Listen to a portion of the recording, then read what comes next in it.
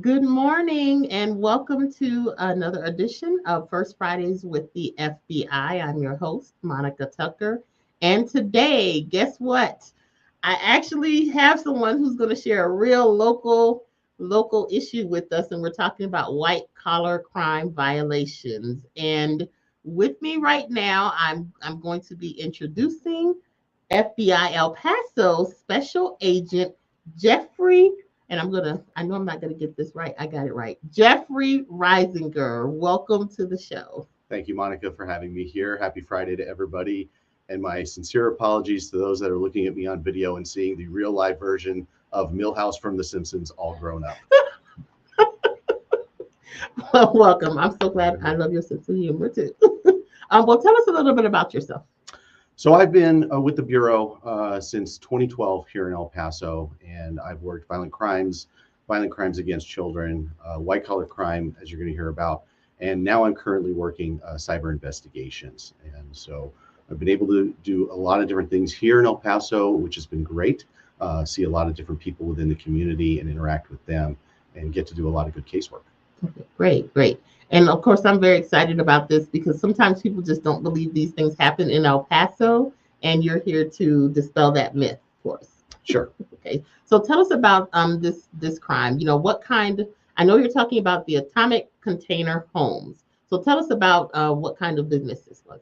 So Atomic Container Homes was selling themselves as a manufacturing type of company that was taking the large shipping containers that you would see on the ships and that you would see on the trains, and they were turning them into modular homes or into modular businesses. Like if you've ever been downtown and seen the coffee box, or out Yes. off of Montana and seen the coffee box out there on that side of town, that is what we're, or off of Zaragoza, I believe, is where it's actually at.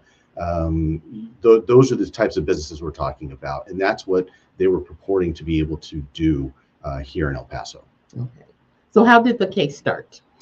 So there was a complaint that was made by an individual in Colorado, and for sake of argument and to protect the victims, we'll just use the initial CC. CC made a complaint to the FBI stating that they were not getting what was promised to them, that they had put money into this endeavor with this company, that they, Atomic Container Homes and with Les Burke, and they wanted to find out what was going on and where to move forward from here. So what issues was the complainant having with the company that necessitated the FBI to get involved? So this is one of the things that when we talk about some of these crimes, especially with white collar crimes, this is something that did not happen just overnight, and we did not just investigate it for a short amount of time. This case actually began with the individual CC starting in 2015 with Atomic Container Homes, where they were looking online to put a modular home on a plot of land in Colorado where they had purchased. And they were looking at different companies. Well, like many other things in this world, a friend knows a friend. And in this case, the person in Colorado, CC, their neighbor, happened to know somebody who was working for one of these companies, which happened to be Atomic Container Homes, in helping to get the contracts and sales going for them and introduce the two. From there, they started talking with Les Burke about wanting to get this modular home set up in Colorado for them, and started doing the paperwork and began to put down a down payment, which was about $6,800. And what that $6,800 was supposed to do, it was supposed to go towards the engineering and the plans to get those certified. And that way you could take them to the city or to the county, wherever you needed to get those registered at, and make sure that they could get approved so that you could put that modular build up in that area. As this started to progress, so the $6,800 is paid down, immediately one of the first things that Mr. Burke wanted to do is he wanted to start purchasing materials for the individual to say, let's start getting your home going now. And the individual was buying 6 containers that were about 53 feet long, 8 feet high. And they were also purchasing another 3 containers that were about 40 feet long and again 8 feet high, to then be used in a way to that where they were going to be stacked on top of each other and conformed to make a modular home. One of the problems that CC ran into, though, was that they were never getting any plans sent back to them that were approved by an engineer or by anybody else that they could take to the county where he was at to be able to get them approved. So without having any sort of approved plans, you're never going to be able to put a house or structure in that plot of land, because you have to have everything approved before that building can occur. So this is where things started to go a little sideways with CC and Atomic Container Homes, because there were never any plans that CC could get from this individual, from Les Burke or Atomic Container Homes. Yet Mr. Burke still wanted CC to continue to put money in for the building of this, even though there was nothing that was tangible that could be shown that was being done, to the complainant at this time. This continued on for about a year, where it just kind of went back and forth and nothing was happening, to the point where in the contract that Mr. Burke had with CC, that they were going to reimburse or get a refund if things weren't met to a certain satisfaction. CC chose to enforce that and tried to get his money back, but to the point where Mr. Burke was against that, and again actually filed a suit on top of that civilly to say, no, you now are in breach of contract, you now owe us money. And this is where this kind of started to become a problem, and this is at this point where CC decides to go ahead and file a report with the FBI over this. Okay. And for those who are just tuning in, we're speaking with FBI El Paso Special Agent Jeffrey Reisinger, and we're talking about the case of Atomic Container Homes. Of course, I know everybody's going to do like I do and Google it later, but so what are the next investigative steps after the initial complaint? So the complaint was then opened up as a case by Special Agent Claudia Saxton, that's her married name now. I know during the trial we had to refer to her as Matos, but it's now Claudia Saxton. She begins to go ahead and interview properly with with CC over what's going on, and begins to get from him names of other individuals who CC has dealt with during this whole process. In being able to get some of those names, that allowed Agent Saxton to go ahead and start talking to those individuals outside of Mr. Burke and Atomic Container Homes, to kind of get an idea of what Atomic Container Homes is all about.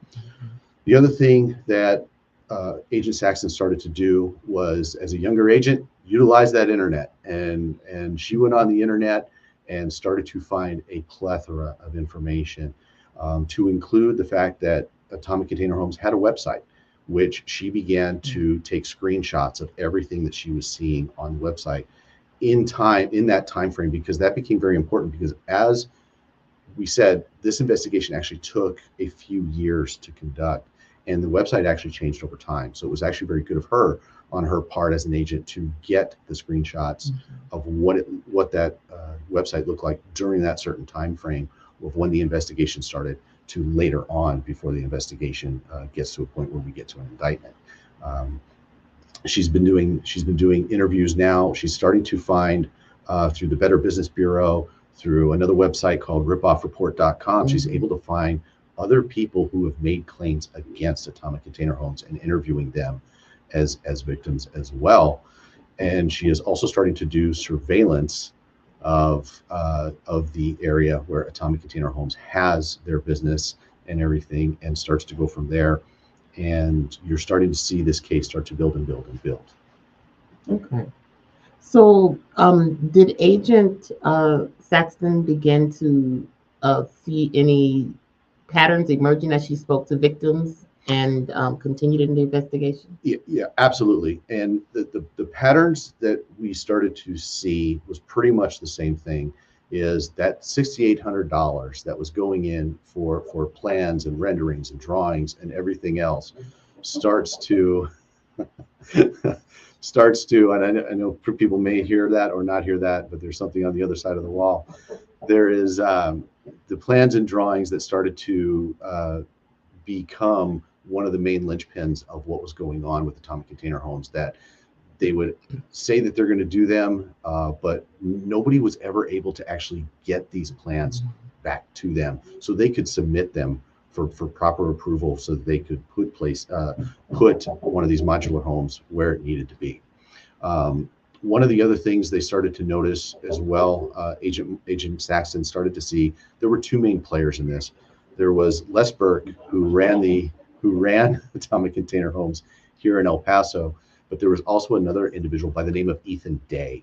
Ethan Day was located out in the Phoenix metro area, as well as being having area residences out in California, and had done business out there in real estate.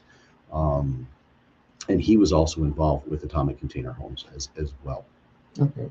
So, who took over after Agent Saxton left the squad? Is that So so Agent Saxton ends up having to leave the squad, and when she leaves, another agent comes in by the name of Mallory Niebrick, and Agent Niebrick came in and really jumped in with both feet on this case, just like Agent Saxton did. And it was like, my view when I had to take over this case, because I took over the case post indictment, meaning that the case had already gotten to a point where we're talking now after an arrest is made, and getting ready to go to court, go to trial. That's when I took it over. So I'm able to see all of the work that had been done at that point. And so when I start looking back as the case agent and seeing all the things that Agent Niebrick had done, it had gone from Agent Saxton doing all the great buildup to then it just seemed like it was punching the hyperdrive in Star Wars, because we're talking about a case that had close to 500 serials in it, just in the main case file alone. And I know Agent Saxton did about 75 of those serials, and almost all the rest are done by Agent Niebrick. It was that much that she immersed herself into this case over the next probably year and a half to almost 2 years.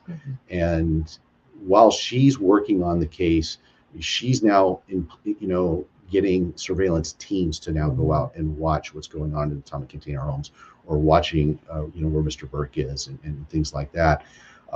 As well as she's starting to find through grand jury returns of the accounts being held by Atomic Container Homes, Mr. Burke, Mr. Day, and having our forensic accountant begin to look over those.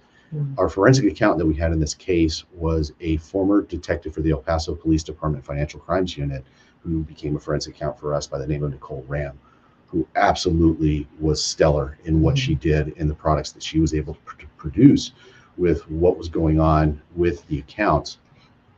And they're actually able to find larger companies that had actually tried to use Atomic Container Homes, because Atomic Container Homes was selling themselves to be this really, really large company that could do a lot of great things. We end up seeing a company. There was a company by the name of Thyssen Mining, as well as Marine Fishing International, as well as the County of Orange out in California, that had gotten contracts with them. One of these companies might have been Marine Fishing International, that had paid somewhere around $500,000 for a series of containers that were supposed to be what were called bunkhouses, that were created to be able to ship up and be utilized by 5 or 6 different people for housing. Kind of like what you would see out in Midland in the oil industry, where you have people that are able to stay in a small quarters area for a short period of time. So we're seeing these companies that are investing this money, and when we begin to talk to them, they begin to tell us that, yeah, they gave us a product, but we actually couldn't do anything with the product that they gave us. And one of the companies actually just wrote it off as an entire loss, that the materials that were sent up to them couldn't even be used. Or one of the other companies, what they did get, they actually had to have people actually go back and rework what was in there with the wiring and some of the other things, because the craftsmanship was just not up to the level that Atomic was saying that they could do. So that's where we begin to see a lot more things about atomic container homes and what they are doing, what they're not doing, and pretty much, what the pattern Mhm. of what is going on with this company almost on a daily basis. Okay. Wow. Okay. Um, what happened between the time of the arrest and the trial? So, to give you an idea, like I said, this case, CC had an issue starting in 2015. Sometime around 2016, kind of, makes a complaint to the FBI. We finally get around to being able to open a case around somewhere around in the early part of 2017 with this. By the end of 2019 is when we're kind of putting everything together to be able to start indicting, so that in 20 or by the middle of 2019, arrests can be made, because we're seeing things such as that Atomic Container Home had billed themselves to be a Delaware corporation. Mm-hmm. Now, a Delaware corporation means that at some point they are able to raise money for stock purposes, whether or not that can be used to be sold on the stock market or not. That people can actually buy into the company and have stock. About half the companies on the S&P 500 are Delaware registered corporations. So they were really trying to build themselves up. And so by the time that we make the arrests, um, you know, there's a lot of things that we had done 2 search warrants on them. And by the time we do the second search warrant, that's when we were taking a lot of things away from them in seizure. We were taking away cars. We were taking away the forklifts they were using, a lot of the tools they were using, pretty much just to kind of shut them down from being able to do what they were doing any further. And so by the time we get to the middle of 2019, some of the things we start to see after the arrests are made is that Mr. Burke was wanting to, change his counsel, which anytime somebody wants to, change their counsel, it kind of puts the brakes on things for a little bit, because now you've got to give your new defense time to be able to review all the information before moving forward. Then at one point, Mr. Burke then wanted to defend himself, which is allowable, but the court then has to be able to find somebody who can at least give advice and advise, Mr. Burke at the same time. And then before we went to trial, Mr. Burke decides he doesn't want to represent himself, decides he does want to have some. So again, we start to, things just kind of get prolonged. Now, one of the other things that occurred during this time was COVID. Yeah, we all remember COVID, right? And how much that affected people. Well, I mean, on our end, the funny thing is daily life, as much as it changed, there were some things in life that didn't change. People were still committing crimes. People were still getting arrested. But for the court system, it really did hamper things a bit, because trials just kind of weren't going on, because, most trial settings, you need to be having people in the same room. And we were able to do a lot of things over video, such as initial appearances, status conference hearings. Those could be done over Zoom and such. But when it came to trials, those are kind of special circumstances where you kind of want to have a jury sitting in there hearing everything, being able to, and the judge knowing that they're able to hear everything. In defense and prosecution being able to talk to each other when need be. So there really is a lot that goes on. Because of the volume of information that was collected during this case was going to take somewhere around 3 weeks of a trial to occur. Mm-hmm. And that alone on a judge's docket really is special, because that's a lot of time for a judge to have to block out. So every time that we had certain small things that were going on that were kind of pushing this case, it really did make it a lot harder to kind of set this case up for trial. And we didn't end up going to trial until, somewhere around June of 2022. Okay, wow. So it takes time. It takes time. Yes, it does. Okay. It does. So now with so many victims, over 1,200 pieces of evidence, exhibits, and what was expected to take 3 weeks from opening statements to closing statements what was the plan to prepare for this type of trial? So there were a lot of steps that we wanted to really look at with this. One of the biggest things what we wanted was to put the most compelling witnesses up to be the star. We didn't want the government to be the star of this trial. Our main thing was to show these victims as being the main point and focal point of this. The next thing was we had about 34 indictment counts, okay, against these individuals. So now we needed to make sure that we were bringing in witnesses that matched with those indictments, because you've got to make sure that you're proving to those indictments, and you want to make sure you have the witnesses that are able to do that. So we had about 34 counts to begin with. By the time trial starts, those indictment counts actually went down to somewhere around 27 to 30 counts.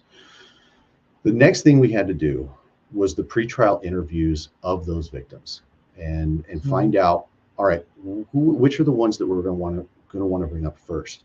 And in this case, we felt if we had the local individuals come up first that were affected here in El Paso, that would strike a chord more with the jury, because they would understand these are people that could be their neighbors, you know, and those are the people that we really wanted to hook and get up there first, and then bring in the people that were from, you know, out of the area. And we wanted them to tell their story, because that was the important part. Needing to show how Atomic Container Homes was defrauding people through these stories. You know, what was it that was making people want to believe? You know, one of the big things that Mr. Burke and Atomic Container Homes and Mr. Day were telling people were they had government contracts. Okay, well, we come to find out during the investigation that Mr. Burke had actually been debarred from actually being able to do government contracts, even though he actually ended up doing a contract with Border Patrol with Bortac here, where he did make some containers for them. He actually isn't the one who got the contract. It was actually subcontracted to him because somebody else got the contract. And those kinds of things we brought out in trial, where if you would have known that Mr. Burke was debarred from having government contracts, would you have, you know, wanted to sign with him? Would you have wanted to go with them, knowing that they did not have that? You know, those kinds of things were important, because those were the things that actually convinced people to want to go ahead and build with Atomic Container Homes. Like you said, we had such a large amount of evidence and exhibits to be able to bring in. We took it from about 1,200 down to about 280 or so by the time trial starts. The other thing was we had some individuals who really had some really good stories that not were just about what happened in not getting their homes, but what was the result after the fact? What ended up happening to these people after they didn't receive it, after they didn't get their money back? And those became very, very important, because I'll explain a little bit more when we get into the actual trial, okay? But even before that, we started to find other building companies that did the same type of work, and we wanted to actually go out and visit and see what one of these companies looks like. Well, we found one in Phoenix. Myself and one of the assistant United States attorneys, we call them AUSAs for short. One of the assistant United States attorneys, Spencer Kiggins, and I, and we went out, we drove in a vehicle out to Phoenix, and we met with our other AUSA in the case, Stanley Sawartka.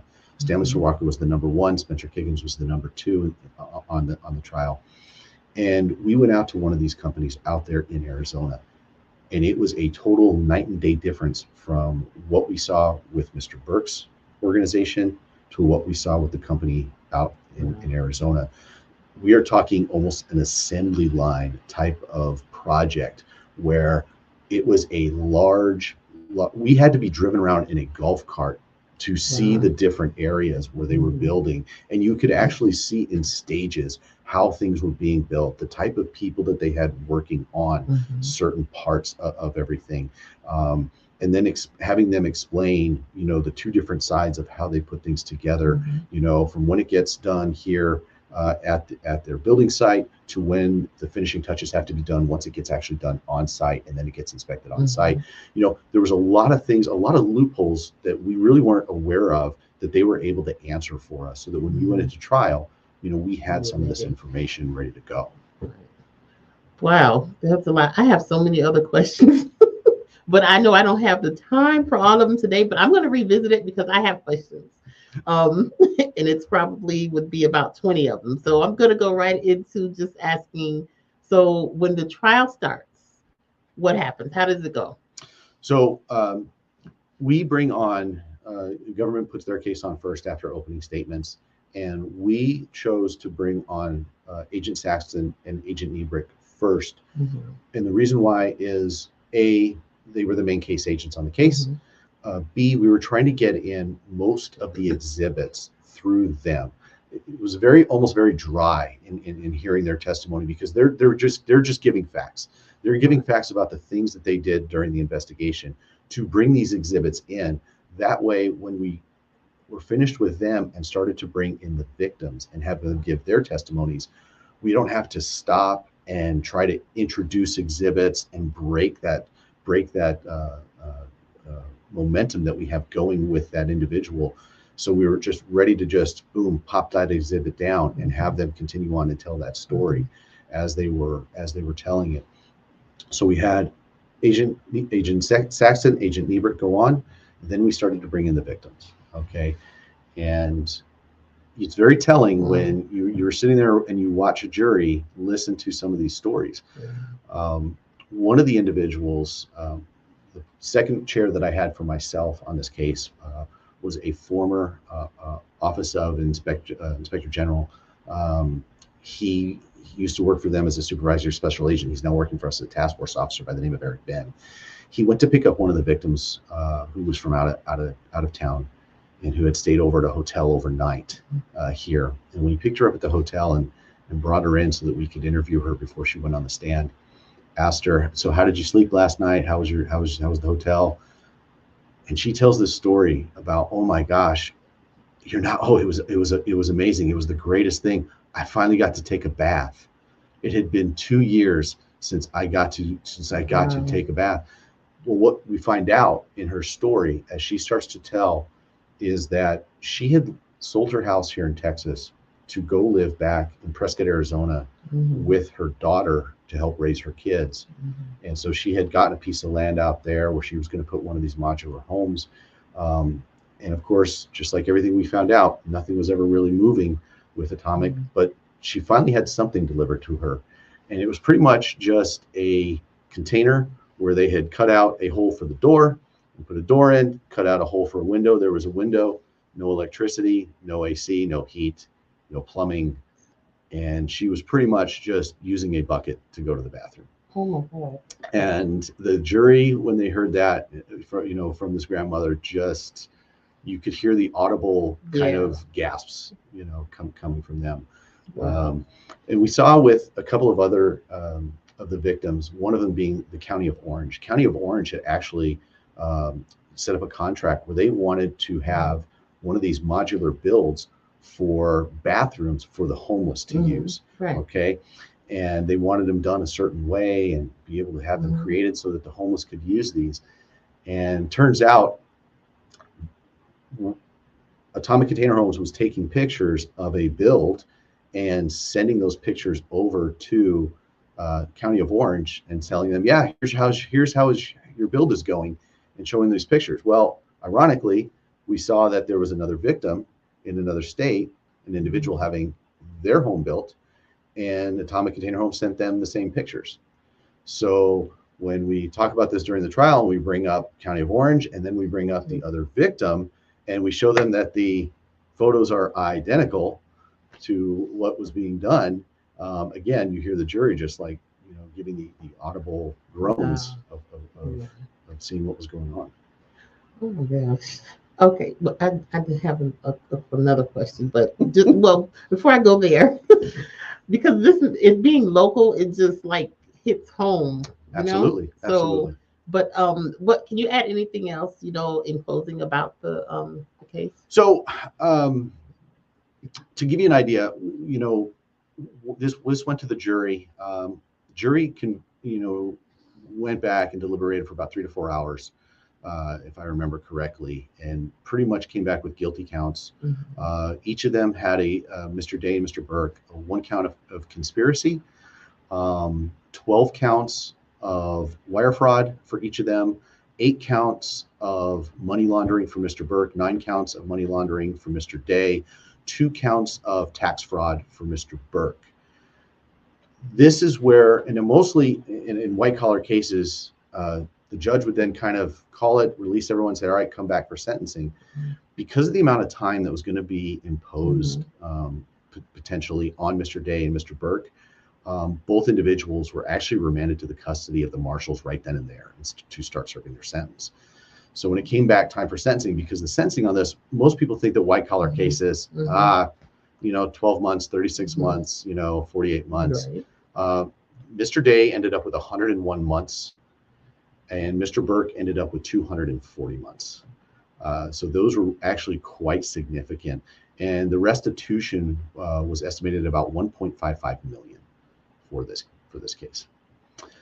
So you know, you're saying, you know, what do we take away? You know, in everything that went on with this case, from the time it was opened in 2017 up until, you know, 2022, you know, and after the trial, you know, we had COVID that occurred. For us out here in El Paso, if you remember, we had the Afghan camp that was out at Fort Bliss, and there were many of us that were having to work, including myself, you know, during this time in prepping for trial. I was having to work out at the Afghan camp. You know, Agent Niebrick ended up having 2 kids during this time when she was doing, and they weren't twins. And she, you know, so life continues. Life just kind of keeps going on. And, you know, and we also had other cases, you know, so we're always constantly having to do, you know, a lot of different things each and every day with what we do, because life never stops. But we were able to pull together with the, you know, with the U.S. Attorney's Office, you know, with everyone that we had working the case on our side, and be able to, you know, do really good work to get the outcome that we did. Wow. Thank you for sharing that. I don't know if I want to ask for any more local cases, because that stressed me out a little bit. But no, I do want to know. I think people do need to know. But what can you tell, like, people here locally who may think, oh, that'll never happen to me? You know. You know, with now what I do, because now I work on cyber crimes, and I do give a lot of presentations regarding that in cybercrime, because let's face it, everything today is on the computer. Please don't let your guard down. Be vigilant. If it doesn't look right, take a step back. You know, pump the brakes a little bit. Google it. Don't Google it. You know, make sure, go somewhere where you feel safe enough. You know, don't just take somebody's word for it. You know, really do your homework. And it's not to say that these individuals weren't smart in what they did, because they were kind of looking at what was there, what was being advertised to them. And it was very believable. It was very, very believable. And it's just unfortunate, because, you know, there are some of these individuals that were victims that ended up, you know, losing everything that they had. You know, we had, I believe there were a couple of people that ended up, it costed them their marriages over this, you know, and those are the real life effects after the fact. You know, that, you know, sure, we got convictions, but we have people's lives who were ruined over this. That's what makes it, you know, the human part of it, you know, so that people don't see. But wow, I could go on forever, but I know you have to go. But I do have other questions, so I'm going to send them to you guys, because about this case. Absolutely. This has been great. I know others who listen to the show, they wanted to know about what's going on locally, so this definitely helps. And I think that's part of that situational awareness thing too, being alert and understanding and knowing what's going on here. Right. So, you know, if, you know, we have different ways of being able to communicate information to us. If something happens over the internet, something like that, we have, you know, ic3.gov. That's the letter I, the letter C, the number 3.gov. You know, I believe we also have a tip line that you can also call, that you can report as well. You know, we also have the National Threat Operations Center to be able to report to as well. And, you know, that's, what we don't know unless you guys tell us. That's the other thing. Everyone likes to think that we know everything that's going on in the world, and we don't until we get told and somebody lets us in on that information. Right. Well, I thank you again for being here. And before we go, I ask everyone who comes here, tell us one thing you love about El Paso. I've lived in the Southwest my whole life. This is stop number 3 on the Southwest World Tour. And, the proximity to a lot of different things here really does help. I'm still close to where I grew up in Albuquerque. I'm still close to where I grew up, or where I had my first career out in Arizona. And it doesn't take very long to get to either of those places. And I love that. I love the food. I love the culture, Well, thank you again, and we look forward to having you back Yes, to ma'am. talk about some local cases, hopefully. But I appreciate it. And everyone, again, that information is on the screen if you would like to report anything that looks out of whack. So thank you again. Thank you, and happy Friday, everybody.